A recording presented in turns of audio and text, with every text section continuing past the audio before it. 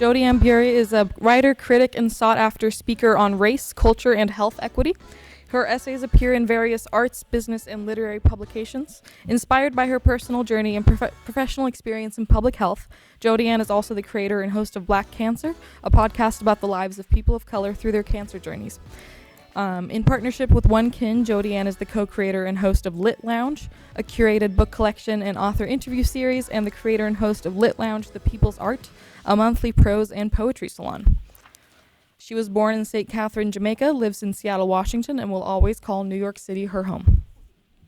Sonora Jha is the author of 4 books, most recently the novel The Laughter, which won the 2024 Washington State Book Award, was longlisted for the Aspen Awards Literary Prize, and was named one of the best books of 2023 by The New Yorker, NPR, and others. Her previous books are the memoir How to Raise a Feminist Son and the novel Foreign. Her latest novel, Intemperance, will be out from Harper Via on October 14th. Dr. Jha is a Loyola endowed professor at Seattle University. And I'd be amiss not to mention that Sonora will be at Elliott Bay, on October 14th for the launch of Intemperance, so you can come celebrate her and her wonderful new book with us. In Authentic, Burey delves into the dangers of disclosure in environments that aren't built for our well-being. Companies that once encouraged employees to come as you are and bring your full authentic self to work are now shutting down initiatives, part of an ongoing cycle of trading on our identities when it's inconvenient and profitable. Authentic is a bold call and powerful reckoning to reclaim agency at work and beyond. We are so lucky to have the author of Authentic here with us tonight, so please join me in welcoming Jodi-Ann and Sonora.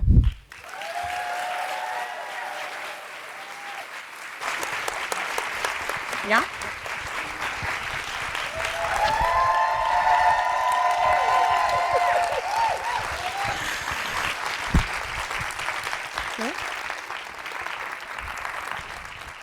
Oh my God. I'm gagged. My cousin is here from New York. Oh my gosh, Kim and Novelist. Okay, wait. I did not know you were coming. Aww. My 2 cousins are here that live on the East Coast. Hi, Kim. Hi, Novelist. I didn't know you were going to be here.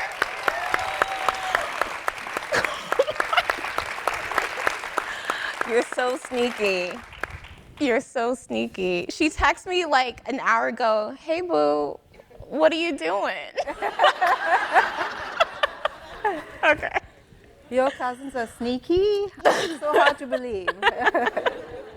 Is my mic working as well? Okay, yeah. Great.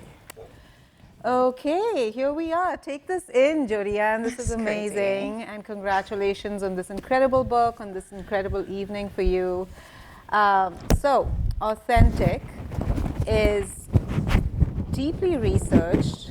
It was a pleasure to read. So deeply researched, it's widely interviewed, and at the same time it manages to be so intimate and so vulnerable. And I was telling you, like when I read it, and I called you and I said, it's a literary call to action. It's full of beautiful prose, and it inspires you, and you want to do something about things. So I'll ask you to read a section that is very moving. Thank you. I'm just, Navla and Kim, I just can't believe y'all. This is so crazy. Do you need some more time? No, I'm just, thank you so much. I have like, what do we have, like 100 something cousins? You know, and just to see my family here after I've lived in Seattle for 10 years now, and I don't get a lot of family out here, but Novelet comes so much because she's a flight attendant, so she flies out here, and it's just so lovely to see you and Kim. I can't believe this is happening, but okay, focus. So I'll read from the first chapter of the book. It's called The Call. Am I dying or what? I said to Dr. Singh the moment he entered the exam room. Dr. Singh had been my physiatrist for 2 years. We had long passed typical doctor-patient niceties. My physical therapist referred me to Dr. Singh after months of exercises, stretches, acupuncture, and ointments had failed to treat my chronic pain. She said I had a difficult case. That word, difficult. a common pejorative wielded against Black women who advocate for ourselves, made it hard to hear a difficult case and not difficult patient or difficult person. I was apprehensive at first, worried she just wanted to hand me off to another doctor who told me nothing was wrong. But Dr. Singh was attentive and respected me as an equal partner in my care. That his office called so soon after I left the imaging center didn't surprise me. I ignored it anyway. The whole point of scheduling an MRI during my lunch break was to distract myself with work. I wanted to delay the frustration of yet another diagnostic dead end. My phone rang again and again.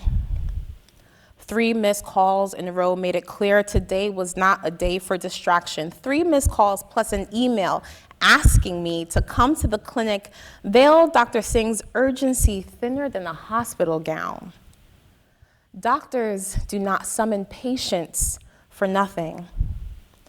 I left work early. I rushed to his office. I hugged my stomach, trusting my gut comforted me. It settled best without any sugar on the truth. "You're not dying," Dr. Singh replied. "But you do have a tumor inside your spinal cord." Dr. Singh continued saying something about my cervical vertebrae, something paralyzed, something quadriplegia, something, "I'll be there with you every step of the way." His voice drifted. My mind left my body.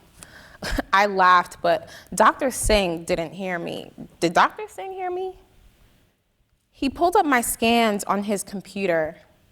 I smiled as he traced the bulging oblong blob of gray inside my neck, the thinning tissues down my spine. A tumor, shaped like a boiled dumpling. The ones my mother cooked with rice and stew peas, my mother. How do I tell my mother? How do I tell her a dumpling is hurting my body?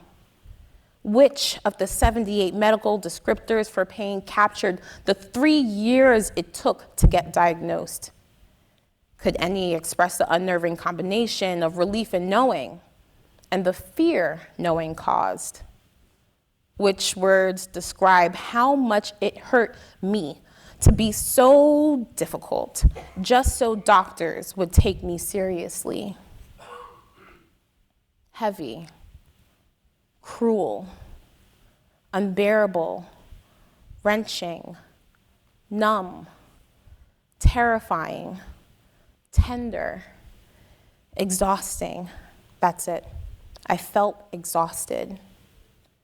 Something about a surgery consultation with a Dr. So-and-so in the morning brought me back to my body. Dr. Singh's presumption about my availability irked me.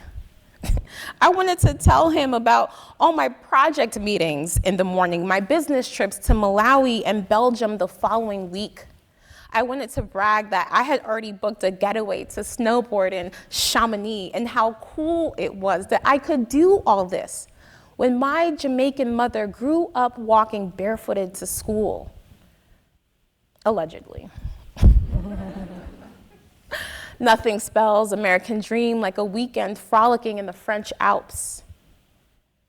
But I did not mention any of this once I realized Dr. Singh never left the exam room. He had scheduled with Dr. So-and-so before I arrived. No referral slips, no wait lists for the next available appointment. Nothing but this tumor mattered now. A hoarse whisper chiseled the dam in my throat. "There is a tumor inside my spinal cord," I echoed, and let the hurt break free. Crises have a way of metastasizing our identities. mention cancer and people speak in this sentimental Hallmark card coo that sounds like they're telling secrets to a baby. Grief, however premature, weighted every conversation I had. So I named my tumor Ted. A bit of tumor humor to lighten the dread-soaked air suffocating everyone around me. How are you feeling about Ted today? Any Ted updates? Ted is an asshole. We need to get Ted out of your life. Friends and colleagues treated Ted like a toxic relationship they were begging me to leave. The more they talked about Ted, the more consciously we uncoupled. I was not the crisis. I was just in a crisis. I was not difficult. Ted was. I chose the name Ted because it evoked passive-aggressive white guy energy. You know the type. The one at work who compliments your hair only to cite it as proof you lack executive presence and undermines your promotion. Ted is the guy who volunteers you to take the meeting notes for a project you lead. When you call out your company's failure to hire more people of color, Ted says you're being difficult because don't you know these things take time? Ted is the guy who threatens to fire you and sometimes does when you disagree. Ted's grate the nerves, a fitting metaphor for actual nerve damage. I was a Black woman with a spinal cord injury.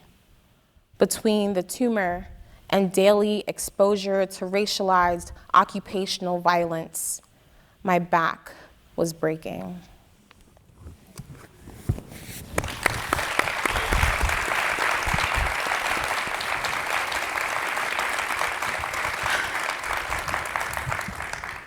So you see what I mean about beautiful prose and vulnerable, just beautifully done. Talk a little bit about the genesis of this book. And I know you did a TED Talk, not to be confused with this TED. Yeah. That was not the plan, by the way. Tell us how this came about and how long have you been thinking about this? Yeah, so it actually started in 2019. It started in 2018 from this scene. I was diagnosed with a spinal cord tumor in 2018. And so when you're being treated in a cancer hospital, when you're going through a major health crisis, you're constantly dealing with people just throwing all these cliches and platitudes at you. Just take it one day at a time. You can beat this. You're a fighter. You're a warrior. And I just remember being in the hospital and just hearing all of that. I'm like, do you know how long a day is when you are in constant pain? Do you know how long a day is when you can't even get out of bed unless someone can come and help you get out of bed, to go to the bathroom, to do anything? And so I became very sensitive to platitudes. And so after I came back, I returned to work after 4 months of disability leave. I just couldn't be in my life anymore. And so I quit that job and ended up at a women's co-working space startup. And it was just like very high pressure. It allowed me to just work, and not really cope with the post-traumatic stress that I was dealing with after my surgery and recovery process. And so this is like the hashtag girl boss era. Everybody, a lot of platitudes, okay? And I was just like, imposter syndrome, be authentic, come as you are. And I was like, bullshit. And so I started thinking through, okay, if you do think that this is bullshit, why do you think that this is bullshit? And started crafting kind of these talking points. And so I ended up giving a seminar at the University of Washington about the topic. I gave a couple of keynotes on it. And so by the time TED came around, I'm like, well, I've been talking about this for like a year now, so maybe this is my, idea worth sharing. And so that got me to TED, which then led to the book. But everything that I do, I have a public health background, and so having a public health background plus going through a major health crisis, the foundation of everything that I do is for the health and well-being of myself and the people in my community.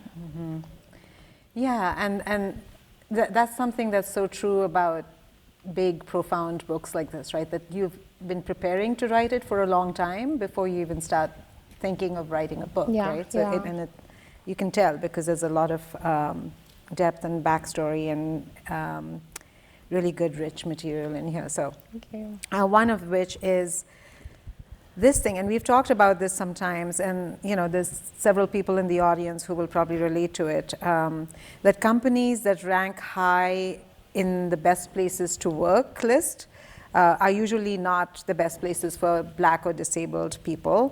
In fact, the call to be authentic undeservedly disadvantages people of color. And that really hit me. And we know this, but to see it written in cold hard print is another thing. So speak a little bit about that. Yeah, I mean, even to that point, when I would talk about this or I would ask people, oh, have you ever heard the phrase, bring your full authentic self to work? Anytime I was talking to a person of color, they just roll their eyes. And so my goal with the book was to try to translate that eye roll, that like physical language, into verbal language, right? Into written text. And so that's hard because one thing I love about Black women, that eye roll, that's like the encyclopedia, right? Of what we could mean with that. And so I was very generous in like trying to keep it short of what an eye roll can mean. But I don't know if I intended this to be the case because so much of my professional life, 2018 was 8 years ago, almost 8 years. I'm coming up on the 8-year anniversary. And so much of my professional life has been shaped by being a Black person in the workplace. And so for the past 8 years, what it means to then also be disabled just opened just the analysis of like how institutions function, the ways that they lie to you. And even when you think that, hey, I have an actual tangible need, right? You're thinking that maybe this disability thing would kind of give me something that, being Black, being a woman just doesn't. And it was just really difficult to see the ways in which when I first came back from surgery, I used a cane intermittently for about 2 years. And so my work experiences were, it's great when you have a visible cue, right? A visual reminder for other people that you need help. But once those identities become invisible, then it's harder to navigate these workplaces as a disabled person. And then also when you're a Black woman, if I'm in pain, if I'm late, if I'm kind of slouched back, you're not engaged, you got an attitude, you don't want to be here, why are you so angry? And so it's forcing a disclosure that maybe I don't want to talk about. And so in writing the book, I am a whole person, regardless of where I work. And so if I'm going to call a book authentic, then I need to bring the whole of me to the page. And so, I read on Instagram today that someone called this like a disability justice memoir, using that kind of language. And it means so much for that to be seen in a way that, in a lot of ways, me being a disabled person isn't as visible. And I just realized too that it may become more invisible as disability is one of the words that when you're applying for these grants, right, that they've canceled now, there's all these checklists of words that if they see that, then they just say no to giving you money for your research. Disability is one of them. It's like, oh my goodness, where do we go? Okay. So in terms of care, right, like caring for ourselves in this kind of a situation, you say caring for our health and well-being is not about optimizing ourselves for labor, but for living. I mean, the book is full of just like incredible sentences such as these, right? Not for labor, but for living. And that is so difficult to do in this capitalist, times and capitalist country and, I mean, everywhere. And you were talking about the girl boss thing too, like we're supposed to live into that and lean in there. And it's like, oh my God, I'm so tired. Yeah, I'm exhausted. Yeah. Yeah, I think, our time is our time. And it's really hard to negotiate that when you live in capitalism, right? I went to a book event at Mom's Books, actually, and Angela Garbs, a local author, she said that work is a coercive element of our survival. Most people have to work. And so there's this way that we're being abused in a system that we depend on. That's how we take care of ourselves. That's how we take care of our families. That's how we live a life. That's how we have health insurance, which I think is just such an immoral way of designing society. If you want to be well, you have to work, but work will not allow you to be well. There's another sentence in there where I say that capitalism demands malignant productivity. It's the more that we deny our health and well-being, our society rewards us for that. But, I see so much of authentic as being almost a public health intervention, because I don't want getting a call from your doctor, the unexpected call, the call that no one wants to get. I don't want other people to get that, and that's when they decide that, well, maybe the ways that I think about success and status aren't serving me. Maybe it's okay not to get the second, third, fourth promotion. Maybe it's okay to go part-time. Maybe I don't need 5 cars. I mean, that's a little exaggerating. But I don't know, with Seattle, some of y'all might have 5 cars, right? Maybe I don't need 2 cars, right? Like, maybe there's a different way of being where I can be in community with other people. I can think of different models for my survival that just doesn't depend on us having everything and hoarding everything as a way to live, which is that cycle of malignant productivity. Wow, that's amazing. That's beautiful. I want to shift gears to a craft question. Yes, I love this. If there are writers here, you would want to hear this. Black Women Write Seattle, raise up. Yay! What is the structure of the book? How did you decide on how to structure the book? And I know this is difficult because most of the time we're just writing and we don't know where the heck we're going. That's a fact. Well, here, I'll tell you what the ending structure is. The beginning structure was chaotic as all hell, because I was like, I'm an author now, so I'm gonna write super long chapters. And I was like, I'm gonna have 6 chapters in the book, and that's a book, And it was not working. It was not working at all. So those 6 chapters became sections. And so then those sections, I think there's maybe 22 or 23 chapters in the book. And so each of those sections is examining authenticity through a different lens. What I was thinking is, okay, what does authenticity mean? How is the narrative functioning within the workplace? And then it became these headers of, okay, authenticity as care. How do we think about ourselves and our bodies? Our bodies are the most fundamental part of being human. So let's start with our health and well-being. Authenticity as myth. Let's talk about the different narratives of how Bring Your Full Authentic Self operates, how does Come As You Are operate, what are some of the fallacies within that, what are ways that those types of narratives, I say it's kind of like being on a treadmill, right? We're working so hard to prove ourselves, to be our full selves, but it's kind of like being in a treadmill, right? You're just exhausted and you're in the same place, right? Institutions know this. Right? They kind of pass and scapegoat. Well, you be more of yourself. That's how we will change. And it doesn't work like that, right? And so that authenticity is myth is examining that. Spectacle is just me pushing back on representation, thinking about reasonable accommodations, pushing back against that, the way that we treat disabled people within the workplace.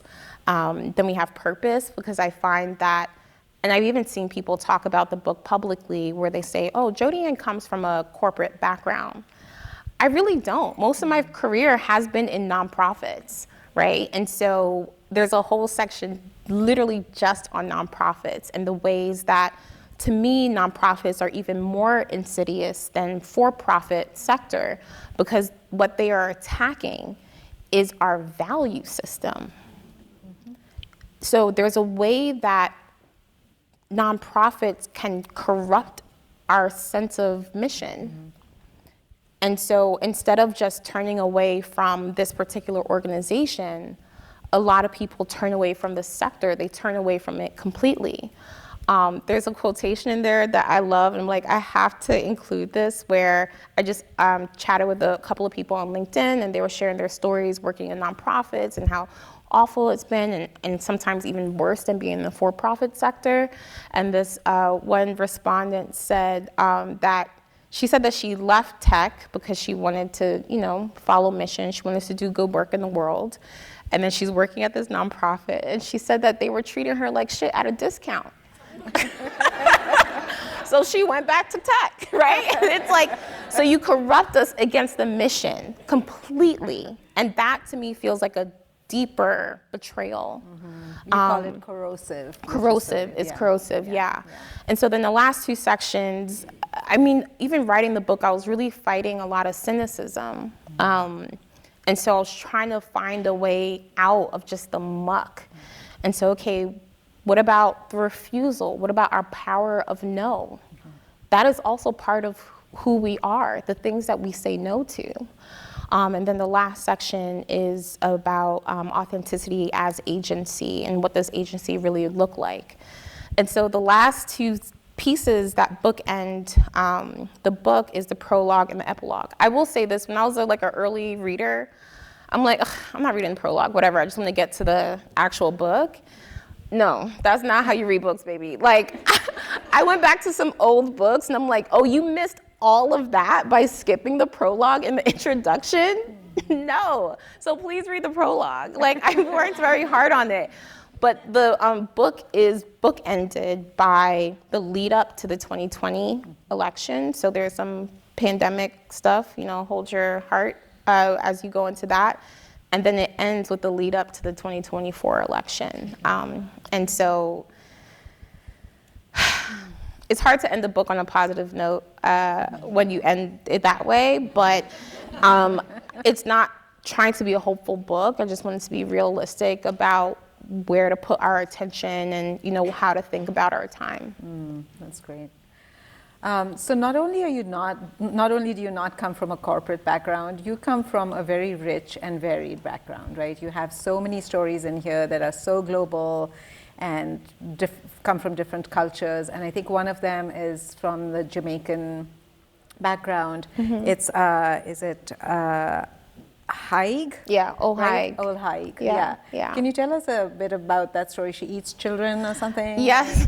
Tell us a bit of that story and how you brought in some of these stories into your... Yeah, so when I decided that I would title the TED Talk and title the book and use myth, I wanted to think about myth and Jamaican folklore, and so much of the book is about recovering my own sense of self. And so I was like, well, are there any Jamaican myths that maybe I don't know, or maybe things that I do know but I don't know the names of it? Maybe there are practices that are in my family that I don't know the origin of those types of practices. And so as I was going through and looking specifically for Jamaican folklore, I found this myth of Old Haig. It's not just Jamaican, it's very popular among the Caribbean, and I wouldn't be surprised if some parts of Africa as well, just thinking about, transatlantic slave trade.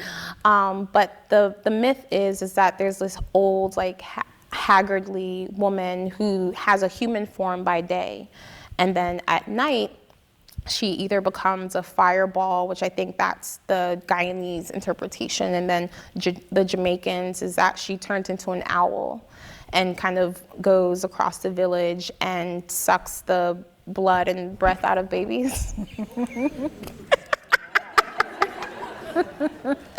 And then, when she's done feasting on the next generation, that is authentic. For sure, yeah. Then she puts on her skin again and returns to human form.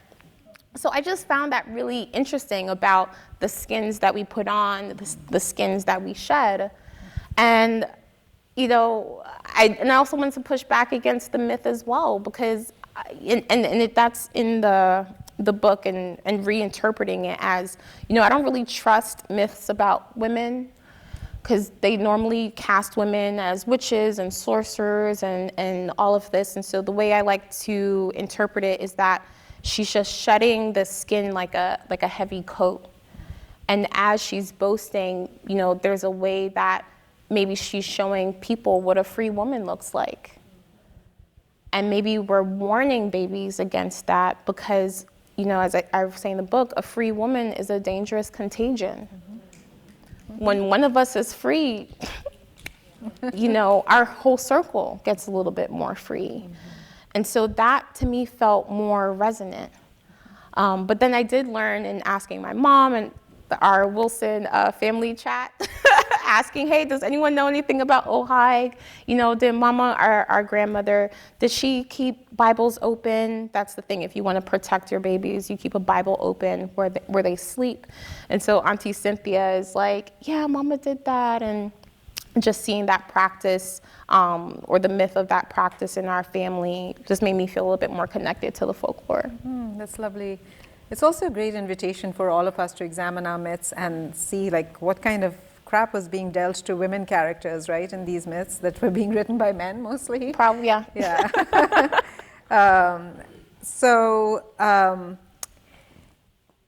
You also, like moving from myth to like pop culture, you do it so fluidly. I really enjoyed, and we talked about about Insecure. We both love that show. Yeah. Remember Insecure, which was so incredible? Yeah. So talk a little bit about that. You talk about that section where Lawrence is on the couch, and I love one line from that where you talk about how he's wearing a Stanford sweatshirt. Georgetown. Oh, Georgetown. Oh, yeah. And you say the shirts are always more comfortable than the places, than the institutions. It's so funny. Yeah, talk a little bit about Insecure and how you used it in the book. Yeah, I wanted to bring Insecure in because I feel like it was the living single of my, I don't want to say generation, because I feel like living single is forever, you know? Yes. But I started rewatching Living Single recently. Oh no, should not have been watching that. I didn't know what was happening for real, you know? But I felt like Insecure and all the characters' professional development was aligning a little bit with mine. And so I wanted to go through each character and kind of see their arc and if there were any lessons in this fictional world that aligned with the people in my community. So we have like the fictional characters connected with people that I actually know, along with my own journey, my professional journey. So that section is weaved in that way. But Lawrence on the couch. First of all, I'm not Team Lawrence. I really wish that Insecure ended with Issa just being on her own, but whatever. But I felt so much compassion for him because we see him, he's in this like really tattered Georgetown shirt, his, you know, jawline, his whole hair shape up situation, just like a little bit of a hot mess. And so I took a screenshot of that clip with the way his hair looked, and I texted it to some of my guy friends. And I'm like, all right, what do you think about this? What is this like shape up telling you? And they were like, yep, no, if he was going to a job interview looking like that, he was not trying to get that job. Like, there's no way that you would leave the house looking like that. And so I'm like, wait, I think he's depressed.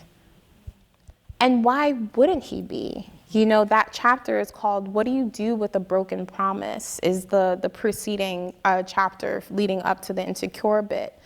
And I just felt like he was told the same thing I was told, right? I graduated in 2008, not such a great time to enter the workforce. You know, those characters also graduated from these elite universities around that time.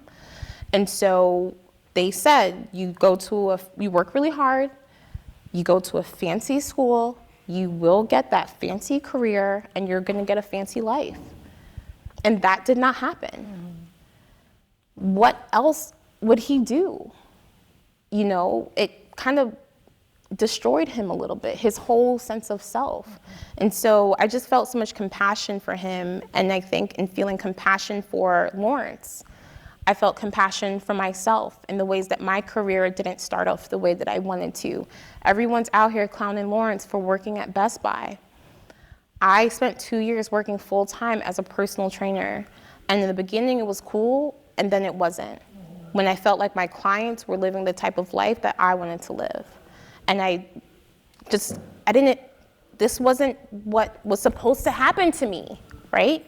And yes, I believe that all work is dignified and it's all good work. And so I'm having that internal struggle with myself. Why do you feel ashamed of this work? You're still doing great work.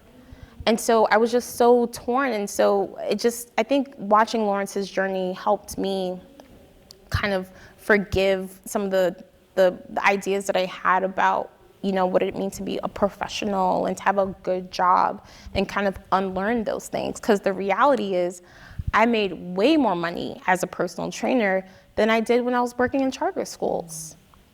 I made my own schedule. I only worked with people that I liked.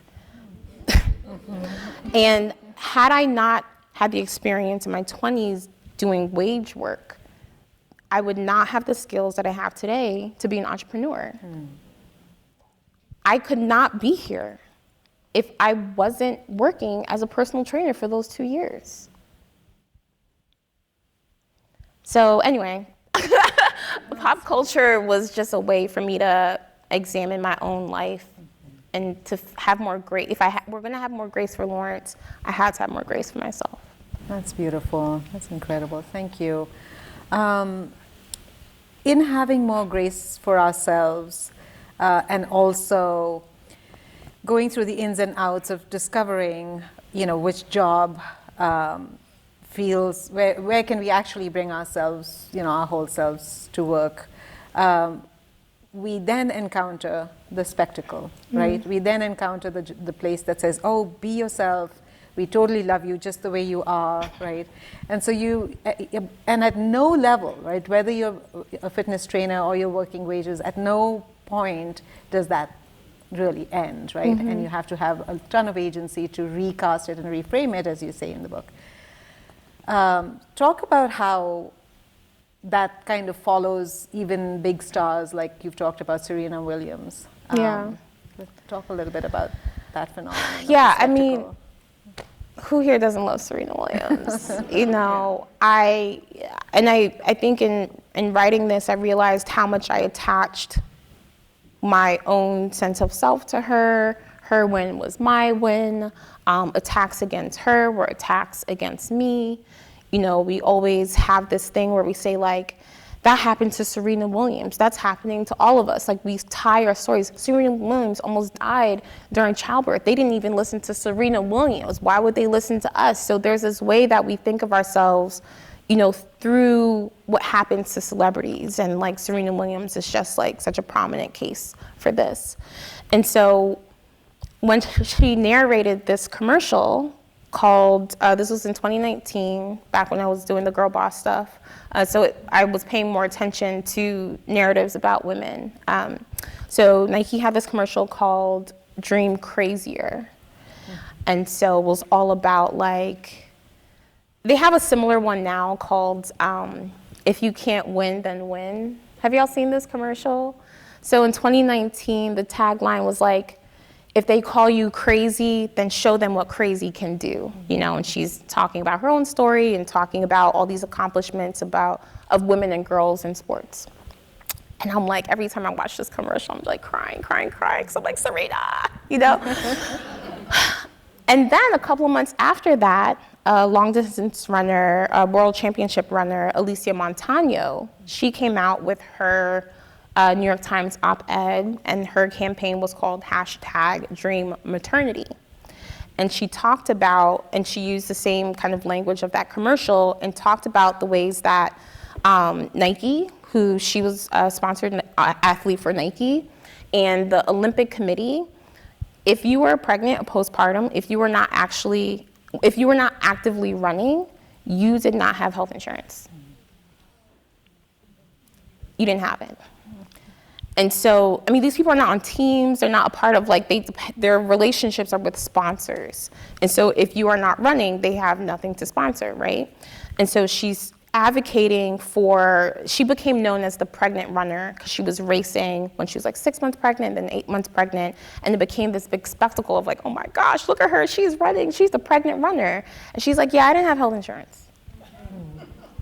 And really talking about the policies that allow that type of representation to be possible, right? Serena Williams having a baby and coming back to the sport, they're covering their own healthcare. And so Allison Felix, who's one of the most decorated Olympians, she also came out with her own story. And then within the time that I was working on the book, there was an athlete who was on, I think it was like Tori Bowie, I think her name was, Frentorish. She was on the relay team with Allison Felix, and she had passed away. I think she was 8 months pregnant at the time. So then another relay player, she tweeted out that as of today, 3 out of the 4 women on the relay team that won the gold medal have either died or almost died from childbirth. And so what I'm interrogating in that chapter is the way that the Serena of it all,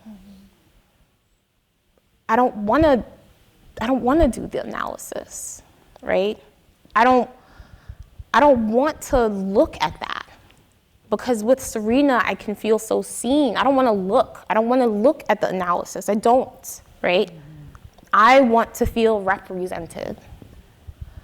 But there's a way that seduction of representation causes us to shut down. We close our eyes. We don't pay attention to the ways that underneath that spectacle we're being harmed. And so I remember listening to a interview with Ava DuVernay, and the interviewer was kind of pushing her, like, it's getting better, right? It's getting better for Black women and other people of color, directors in the industry. And she was like, I mean, a few good things happen to a few people. Look at the movie Coda. Those actors have not worked. Look at Orange is the New Black. Who has more careers since that? And so these wins, this representation, it feels so good. And it does so little for our material lives at work. Yeah. So as you were doing all this research and it was feeling probably, you were learning a lot as you were going, you knew a lot, and then writing, and it was exhausting, right? Firsthand, because I called you crying many times. I was like, Jodi, okay. But it was also so educational for me, so thank you for those phone calls. What did you learn about yourself? And also, okay, let's make it a little more fun. Okay. One more fun question. What did you do for fun, and how did you take care of yourself? Okay, I love this question. Okay. People in Black Women Write Seattle, you've heard me say this, that there's so much of writing that does not actually involve sitting down and writing. And so one thing I promised myself after I got the deal, and you told me to take a process journal to write about my process. And so very early on, I promised myself that my physical, mental, and emotional health would not take the back seat to the book. And so I love snowboarding. It's like a thing that I really enjoy doing. And I would not allow the book to take away from my snowboarding schedule. So I often say snowboarding is writing. And let me tell you, those snowboarding trips, I would go every week on a Wednesday, because ain't nobody up there. And the time, that drive, that hour and a half, I'm not on my phone. My mind is wandering. I'm like in my body. I'm writing sentences in my head. I'm thinking through arguments. I'm going down the slopes, up and down all day, just like being away from my phone and being in my own mind, just like the stillness of the mountain, and just like having that like clearness physically, like clear space, but also clearness in my mind, allowed me to push through so many different arguments in the book that I was getting really stuck, and just giving myself that time. And so there are so many ways that I see all of these ways that I can take care of myself, where I can be in community with other people. That is also writing. That is also working on the book. So that's one way I took care of myself for sure. And then also I found different ways to, different parts of the book where I could be with other people. And so I would always go to coffee shops. I would always try to do co-working with other people when I was just doing brainstorming, when I'm just talking to myself and it's just kind of going, and I needed to be in spaces with other people to remind myself that there's more that's going on in life than you and the page. And so that freed my mind up a little bit too. So that kept me sane as much as possible. There were some dicey moments, you know. Yes. Can I tell the story very quickly? You want to tell a story? Let us tell a story. Yeah, very quickly. Yeah. We're on this writing thing on some island in Canada.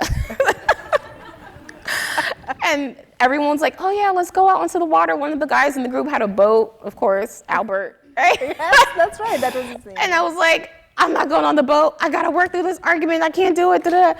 And then Sonora's like, come on the boat with us. Let's do it. And I'm like, I'm afraid. I'm afraid to go into the water because I just want to go into the ocean and let the ancestors take me. And then Sonora looks at me and she's like, do I need to put you on suicide watch? I was like, oh wait, I'm getting a little out of my mind. So I ended up going on the trip and it was wonderful. It was lovely. Yeah, it was so good. Yeah. It was nice to see you far away, but like through the corner of my eye, watching you on the stand-up paddle. Oh yeah, I let the ocean take me. I saw that. Okay. Yes. We were all watching. Okay. Yeah. But it's so nice to picture you on the snowboarding slopes and everything too. Yeah. So I'm being told that it's time for audience questions. So I know people have questions. We will take some audience questions.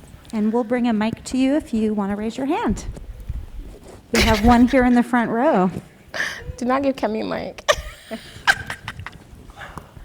Hi, girl.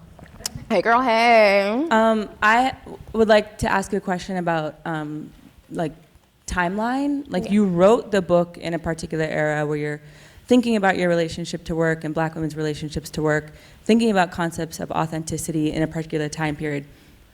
What does it feel like to have the book come out in an era when the corporate state, the nonprofit state is capitulating to the fascist state, where the possibility of authenticity is the register upon which we're going to be policed, captured, deported, whatever it may be. And so thinking about these different kind of time periods of the production of the book and the output of the book, like how are you, I'm wondering if your relationship to the content actually maybe has changed and your relationship to how you would like people to receive the book has changed. Yeah, thank you so much for that question because that was a major concern of mine. And when I started writing the book in 2022, we were kind of way past the end of the racial reckoning, you know?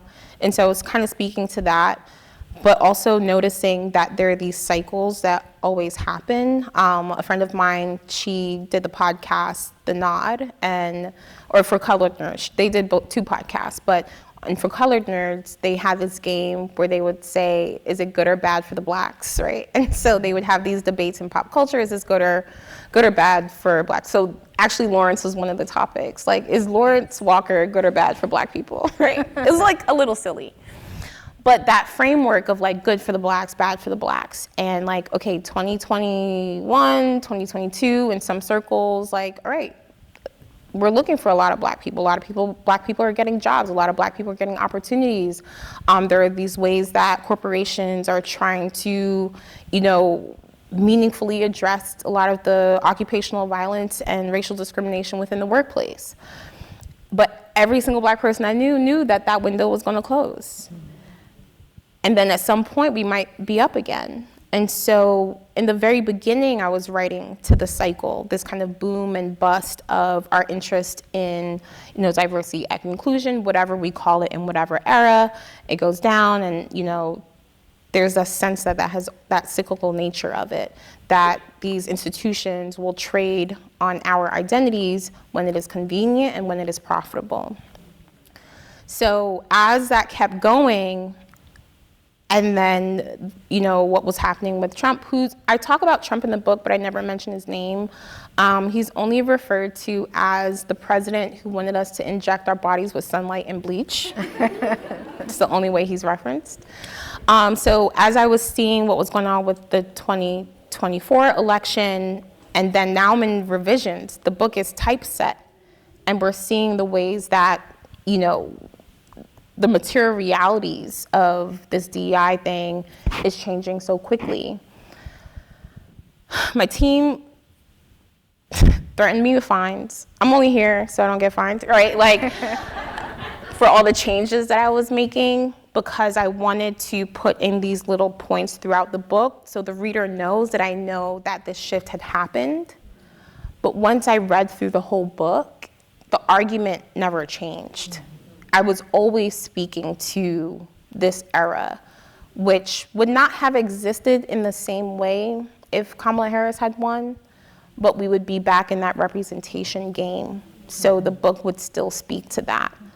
I think it made it a little bit more nerve-wracking that the book would, in critiquing DEI, would be used against me in some type of way, that bad actors could use it to defend the thing that I'm arguing, So I was a little anxious about that, but once you write a book, it doesn't belong to you, so people will interpret it however you want, if that answers your question, yeah.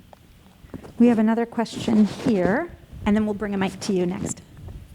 Thank you. Hi, thanks for being here. Thank you for being here. I do think for your consideration to write to Issa Rae about having a reverent cartoon about this Ted who's a dumpling. I don't know.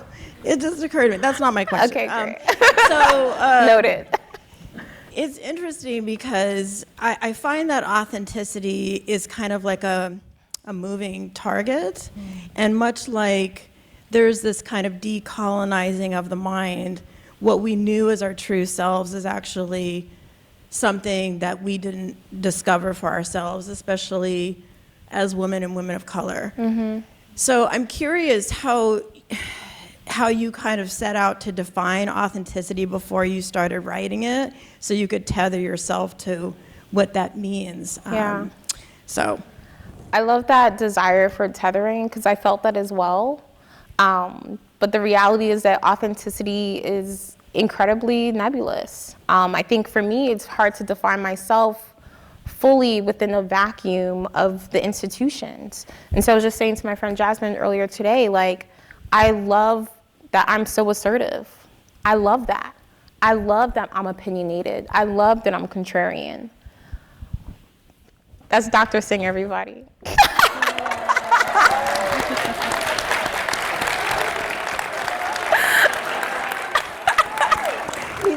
He's a real person. If you're looking for a fantastic physiatrist, I do recommend Dr. Singh. What was I saying? Oh, I love these things about me, but it's also the thing that I've had to defend within institutions. I love being assertive, but everyone keeps telling me that I'm assertive and they want me to feel bad about that. So I'm like standing on it. Yeah, I am. And what? So it's hard to even think of myself outside the ways that institutions kind of force me to think about who I am. And I think in writing the book and even pointing that out, I think the question of who are you is something that we should be asking ourselves every day. Because whoever I thought I was before my surgery, that person doesn't exist anymore. And so allowing that to be very mercurial, I think, is the most foundational part of who we are. And so when I looked up the etymology of authenticity, it comes from authentis, which means acting on one's own authority, right? That doesn't have to do with characteristics, personality traits. Me having an afro doesn't make me more authentic than if my hair was straight. Am I acting on my own authority? I think that's really at the core of what I'm trying to get at. These institutions certainly cannot define you if we ourselves are always going through the process of defining who we are. Hey, Jodi-Ann. Hey Mike. I did go to Chamonix, by the way. Yeah, touche. That's an inside joke. Touche. All right. Question. I was really curious to know a little bit more detail about the ways that nonprofits were more insidious than corporations. And I was wondering if you could give like some specific examples. Well, there are specific examples in the book. There's what? There are specific examples in the book. By the book. Read the Yes, book. but I think the best way, I'll say this, the only anonymous quotation in the book that literally just says anonymous is someone who told me that they do not know a single Black woman who's left the Gates Foundation whole. And so let's use the Gates Foundation as an example. I feel comfortable using that example because I never worked there. I anonymized most of my professional history. A lot of my former coworkers are here, so y'all know who I'm talking about. But I'll use the Gates Foundation because when we think about Gates, like that's where global health work happens, right? They have the most money, they have the most resources, they have so many people in Seattle, all over the world. They have so much infrastructure to tackle some of the world's like most devastating health issues. But people who work there are dealing with bullshit every day. And so that can be corrosive because if the good work isn't happening here, then where does it happen? You know, a big part of my salary was paid for by the Gates Foundation. And so for a specific example, they had these grant cycles, $100,000. Who's supposed to do $100,000 in Malawi? Okay, fine. $100,000, do this 1-year tech program. So we rolled out a 1-year trial of something. It was an app where it was not stable. It was rushed because the funding cycles are so short. So you're rushing the development of an app. I'm going to another country where a big part of our initial training was to just teach these incredibly talented community health workers how to use a smartphone. What is an icon? What is this? And so it's an unstable app. They keep pushing software updates, but they can't manage like software updates constantly. It's so buggy. We're dealing in the rainy season. My colleagues in Malawi said you cannot roll out a tech program in the rainy season because you have to power these cell phones with solar panels and there's not enough sun. So we're supposed to be tracking these community health workers and their conversations and their patient education and all of these things, but how are we supposed to track that with a buggy app that can't get updated and the phone can't get charged? Cool. Gates is, money's running out. The funding cycle is about to be over.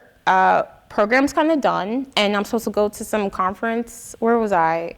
Belgium or something, presenting on what? And so I went up there, I talk about in the book, I went up there and I said, yeah, here's everything that went wrong. And everything that went wrong, my colleagues told me would go wrong. And the amount of people that came up to me after and they're like, this happens to our programs all the time. I don't believe you actually said it. So we see these glossy brochures. We're talking about all these health outcomes. Like we're supposed to be doing all this good work all over the world. Look at these babies, look at these pregnant women. And the people who actually work within those spaces know that that is not the reality for what's happening on the ground. How long can I do that and be lying to myself and other people about this good work that we're doing? It's damaging. And so I have friends here who invite me to these fundraisers and these galas, and I'm sitting here like, bullshit, bullshit, bullshit. Like, I can't even, I mean, the food's great. You know, especially in Seattle. Is it though? I mean, I'm not like a chef, you know, I don't enjoy cooking, so it's great to me, you know, plus the wine, right? And so, you know, I go to these things and I can't even fully participate because I'm just saying like, y'all are lying. And so I feel like it's hard, especially in Seattle, or when your work is so funded by philanthrocapitalism, that we become foot soldiers for these tech people trying to sanitize their reputations, or, you know, buy whatever they need from the local government. Or assuage guilt. Assuage guilt. Yeah. I can't do that.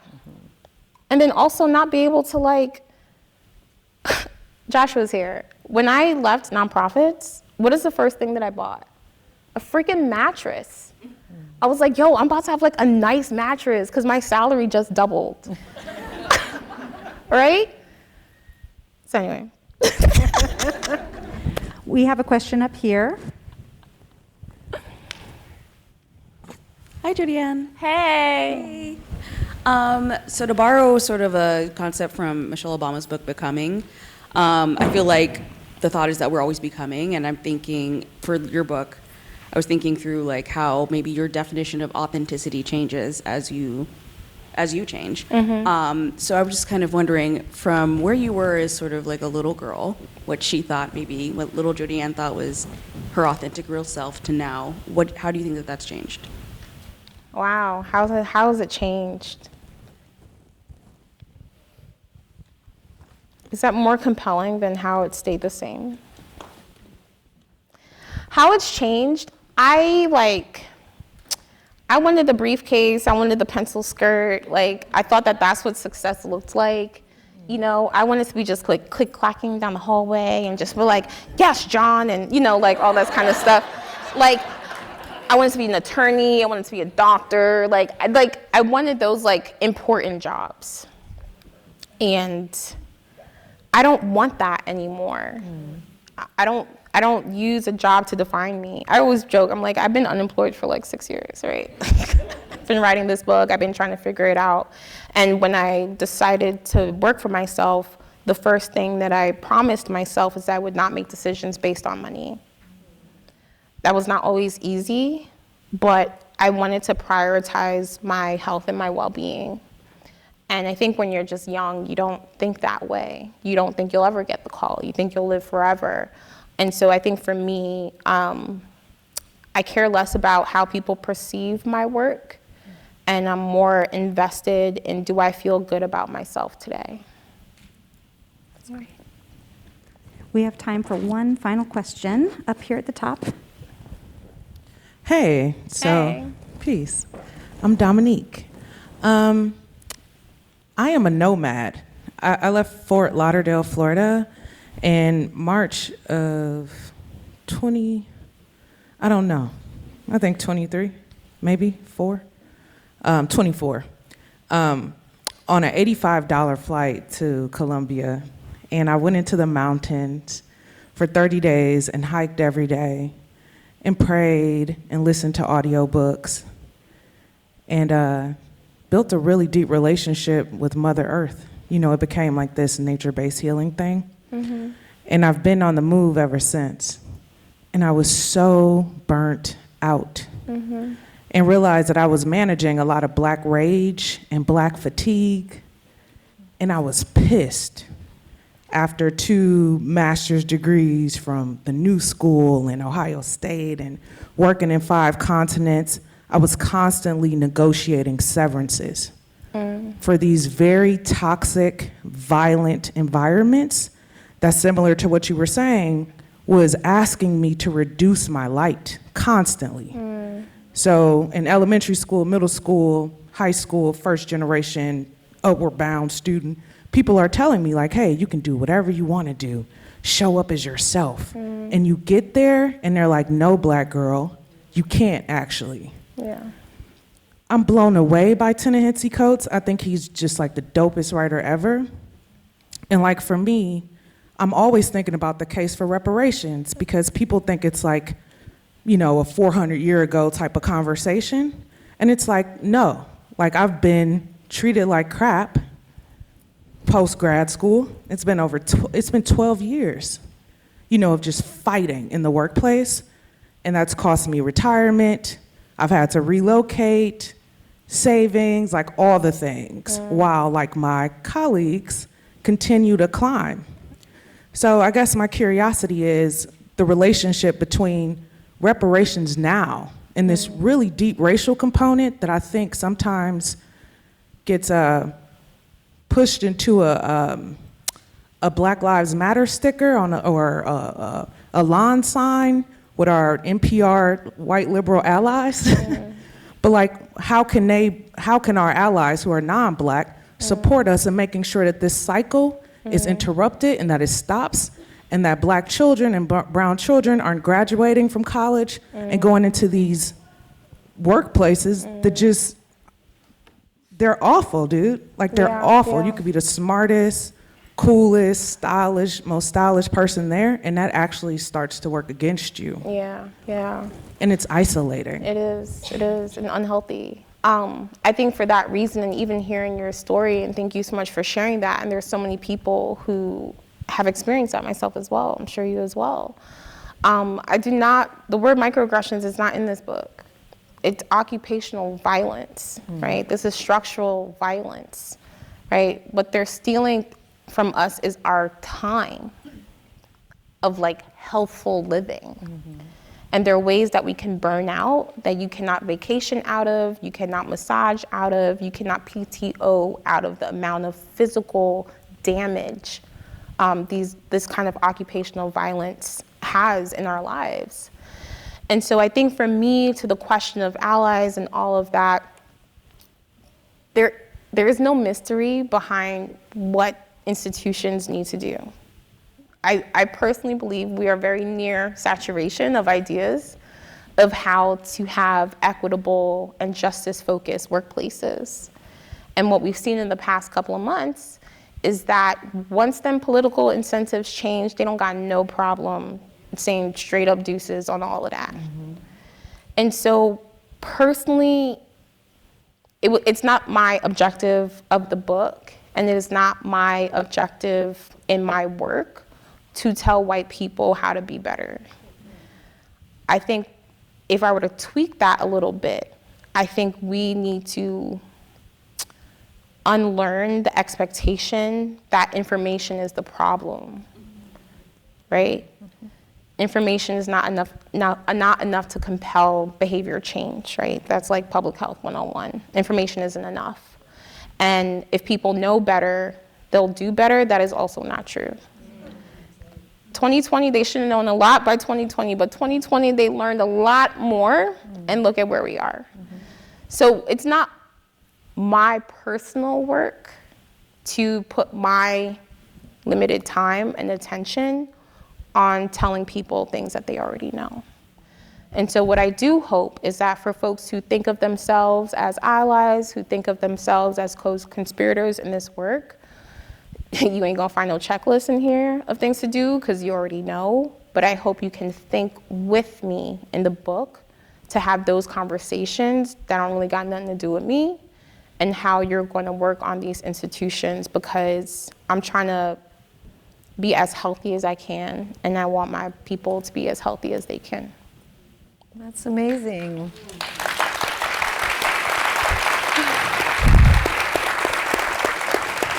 Thank you both so much. Thank you both. Let's give Sonora and Jodi-Ann one more big round of applause.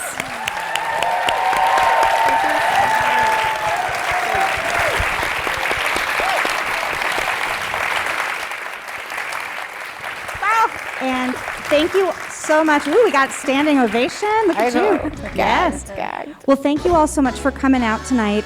Jodi-Ann is going to sign at this table here. It's going to take us a minute to get the line set up, but those of you that want to get a book, get that from Elliott Bay there. Sonora has also said she's happy to stick around and sign, so you can get copies of Sonora's books from Mum's Books there. And the line for Jodi-Ann will just go right straight across the auditorium here, and Sonora will be hanging around with a Sharpie. So come and say hi to both of them. Thank you all so much. Have a wonderful evening.